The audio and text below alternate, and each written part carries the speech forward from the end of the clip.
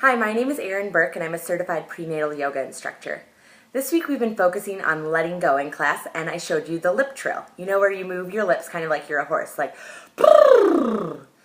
Now you may be thinking to yourself, oh, I'd really wanted to see something that was a little bit more of a fun, sexy pose to show me how to let go. And what, she's just going to show me how to trill my lips?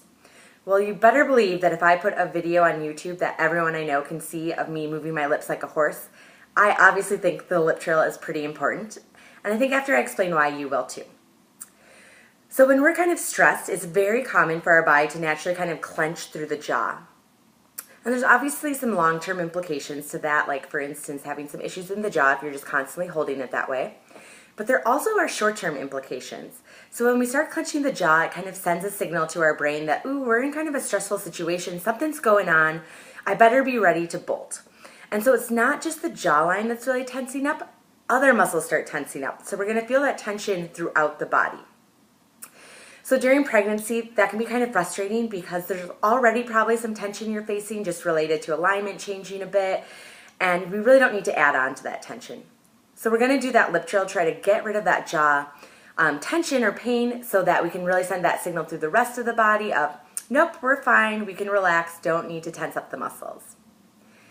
When in labor, this also can become an issue. So you start feeling discomfort as labor progresses, and it's very natural to start clenching the jaw. And once that jaw clenches, we start tensing up the rest of the body. Now, labor is a very athletic process. It's decently physical. So there is going to be some muscle tension potentially involved.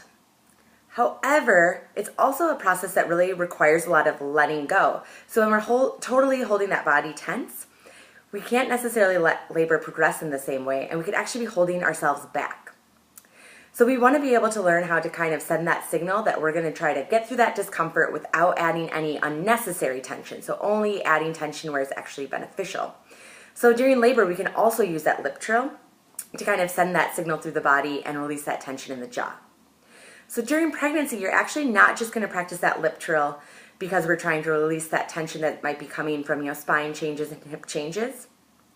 But we're also doing it to kind of get that as to just be a habit, so that when we feel tension in the jaw, we actually just instinctually start doing that lip trill or start just moving the jaw around so that we can reduce that tension instead of expecting that we're going to remember to do that when delivery is progressing. So throughout this week, I challenge you to just try adding that lip trill. So first of all, it's going to be all about observing when you have that tension and just making that observation and making that note. You'll give yourself a little pat on the back for. And then if you can, you're going to do that lip trill to release that tension and send that happy signal throughout the body.